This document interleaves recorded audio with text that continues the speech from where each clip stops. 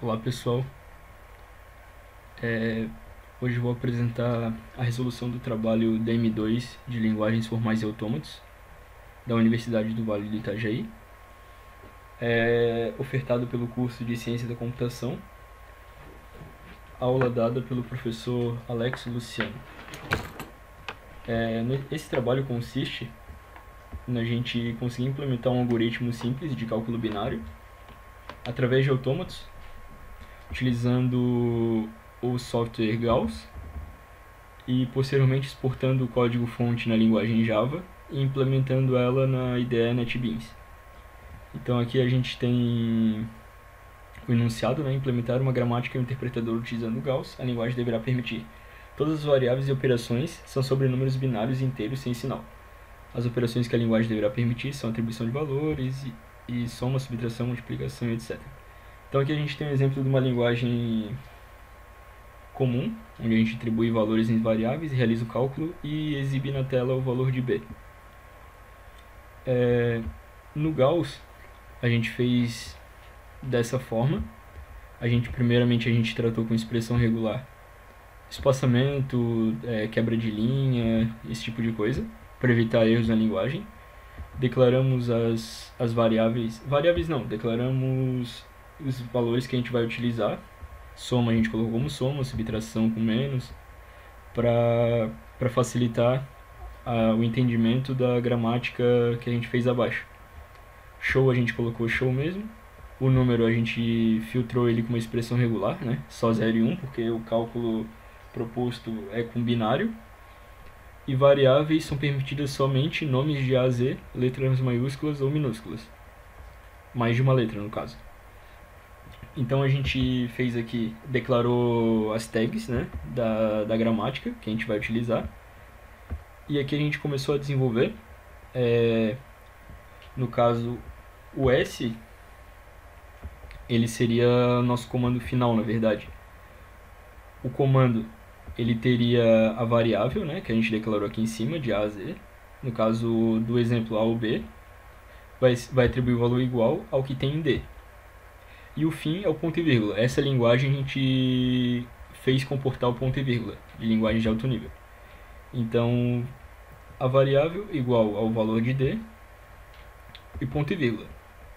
Aí aqui a gente também tem o show, abre parênteses, coloca o valor de D e fecha parênteses e ponto e vírgula.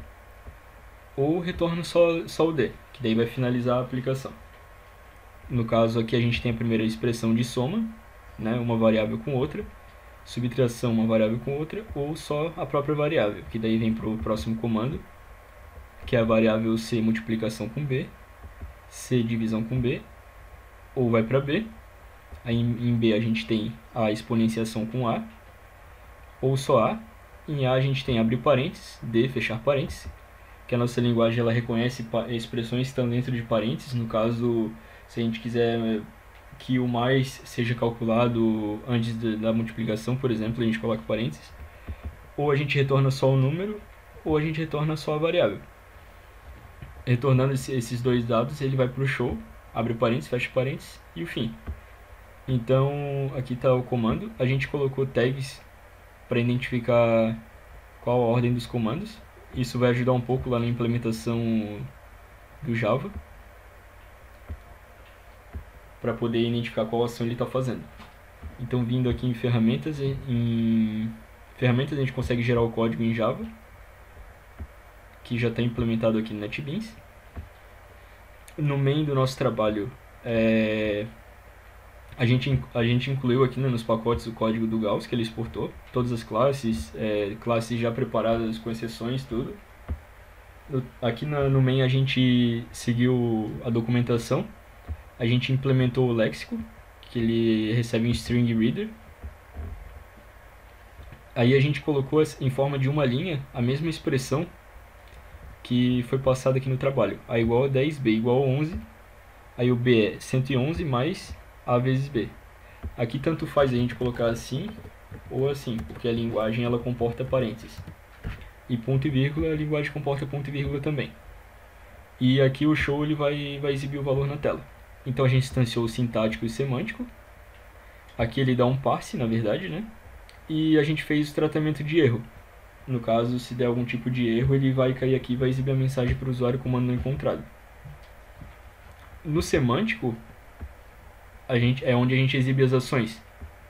Aqui ele já recebe a ação, que a ação é facilitada por esses números aqui, então a gente sabe qual ação ele está executando. Fizemos ele no switch, cada case representa uma ação. Monta a pilha, porque isso aqui é uma pilha, né? A gente implementou na forma de pilha. A gente monta a pilha dando um push. Aí depois a adição, a gente modifica a pilha, realizando a própria operação descrita no case. E assim a gente consegue... Deixa eu até apagar essa linha aqui que foi para debug. E aqui cada case é uma ação. Subtração, divisão. E no final aqui ele dá um show. Ele exibe o resultado. Então, testando de acordo com o exemplo do que o professor deu. Testando de acordo com o exemplo dele. A gente tem aqui, se a gente executar, ele vai dar o resultado 1101. Eu tinha feito aqui anteriormente. Então, se a gente tem 10 vezes 11 mais 111, a gente chega em 1101. E comprova que o código foi exportado corretamente e a nossa gramática foi correta. Então é isso. Espero que ajude os próximos alunos da matéria. E boa noite a todos.